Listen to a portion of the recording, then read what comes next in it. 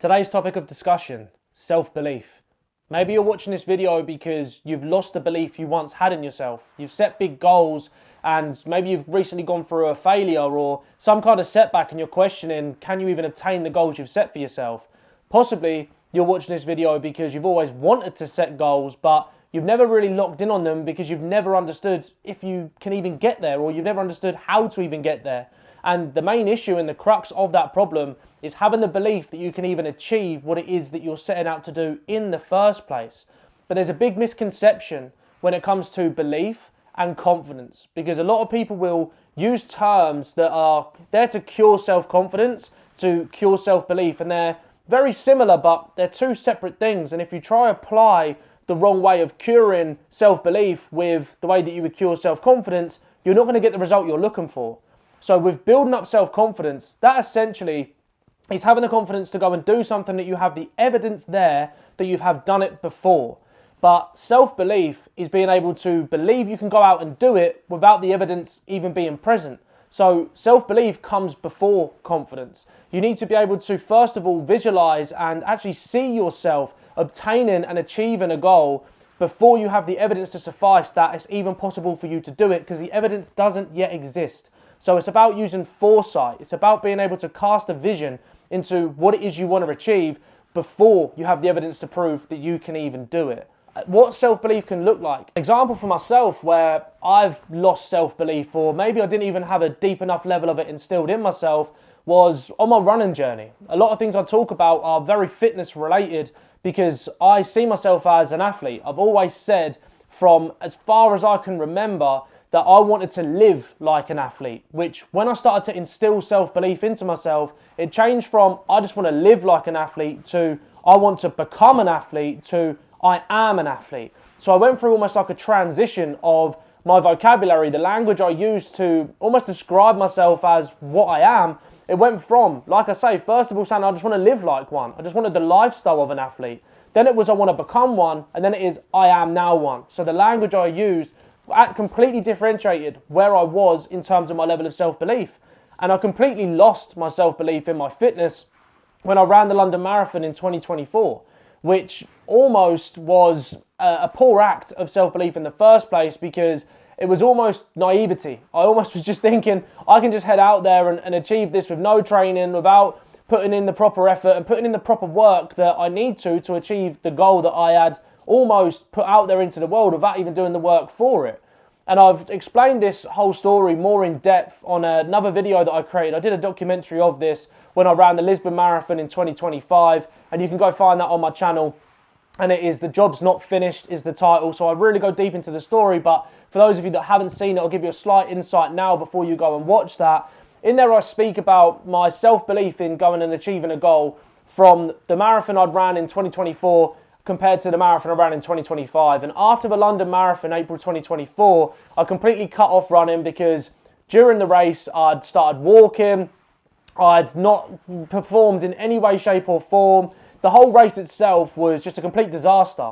And based on that result I got, I said, that's it, I'm done for a little while. I don't want to run anymore, I'm done with it. And I picked it back up in January 2025 because I realised that if I can really take action on this and apply myself to this, then I can actually go out and be who it is I want to be. I can become an athlete. I can't do it by just being in shape. I needed to be able to be a well-rounded person. I needed to be fit and healthy, not just look good.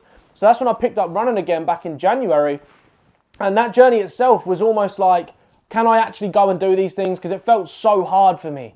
So it started off again with that almost low level of confidence, low level of self-belief that I was able to go out and achieve a feat of running another marathon. That was exactly how I forced myself back into it. I signed up for the Lisbon Marathon in January 2025 and I said, okay, cool, I've got 10 months to prepare for this. This time, I'm going to give it my all. So the belief had to come in that I'm actually going to now prepare, and if I spend 10 months working on myself, on my fitness, I will go out and achieve the goal I'm setting out for myself come October 2025. But just 6 weeks out from that marathon, I got injured and I wasn't able to run for 4 whole weeks, which meant I had 2 weeks before the actual event took place to get back on my feet and start running again. I set a goal for myself to run a sub 3 hour marathon, which is a big goal, but I believed I could achieve it based off the results that I was getting. But as I say, belief is built when there is no evidence. There aren't any receipts yet for you to go off of. I just had this level of belief that when I apply myself and I put everything towards a goal, I'm going to make it happen. Then I started to build the confidence, so that's when the sub-3 felt possible. After the injury, I started to think, I'm not sure I can do this now. I don't think it's going to be possible for me to go out there and achieve the goal that I've actually set for myself. I ran a 3:27, which again is a very commendable time, all things considered. I'd only been running properly for 10 months. I was injured 4 weeks, for 4 weeks when I was literally 6 weeks out. So there was a lot of variables in there that come into play. And I just wasn't fit enough. It's just simple. But the level of belief I had was that I could go out and attain it. But we speak about now, I know for a fact that I could go out and I could perform and I could go and achieve that goal as I am right now based off of everything that I've put into leading up to this point. So why does your self-belief collapse? Like, what can actually go wrong that can keep knocking your self-belief or even prevent it starting or growing? And it is from pattern recognition, from your body's way of realizing that you don't even stick to the promises that you make to yourself. You could say time and time again, I'm going to start on Monday. Monday comes, you don't take action, and you let it go for another week. And you say, no, this time round, this happened, that happened. You give yourself all these reasons why you didn't take action on Monday, but next Monday I'm going to go out and crush it and I'm going to do it. You already know internally that you've lied to yourself so many times that you're going to start, that the probability of you actually starting next Monday, even you know, isn't going to happen. And as time goes on, that can flow into everything in your life. And you start to lose the belief that you can do anything because the only evidence you actually have so far is every time I say I'm going to do something, I don't do it. Self-belief is almost like building a level of internal trust with yourself so that your nervous system gets used to hearing the words, we're going to do this, and it knows it's going to happen. It knows that you're going to take that action. And you know yourself that when I say I'm going to do something, I do it. Whereas if you sit there and your internal monologue or internal dialogue is, when I say I'm going to do something, I always fall short. When I say I'm going to do something, I don't take action. And although other people may see that in you and think, oh, they just make excuses, they're always copping out of things, when you feel that way about yourself, how can you build a level of self-belief when you don't even trust your own words? So what actions can you take right now to start to incorporate a level of self-belief so you can start to build that trust between your words and your actions, and know that every time you say you're going out to do something, your nervous system, of course, can be in agreement with you. Say, no, we've said we're going to do it, it's going to get done. That self-belief is there so strong and rooted that it no longer becomes a conscious decision. It's a subconscious, unconscious decision. You don't have to actively think about taking action. You just do it because habitually you have made the decisions over and over and over again. It is now a habit for you to go out and take action when you say you will. So you're going to have unwavering self-belief. And the way you're going to start this is in bite-sized chunks. The best way to eat an elephant is one bite at a time. So how can we start to do this? You need to start sticking to the promises you make to yourself. You have to stay committed to what you say you will do long after the mood you said it in has passed. And as time goes on and you say, right, Monday, I'm going to go for a walk. I'm going to go to the gym.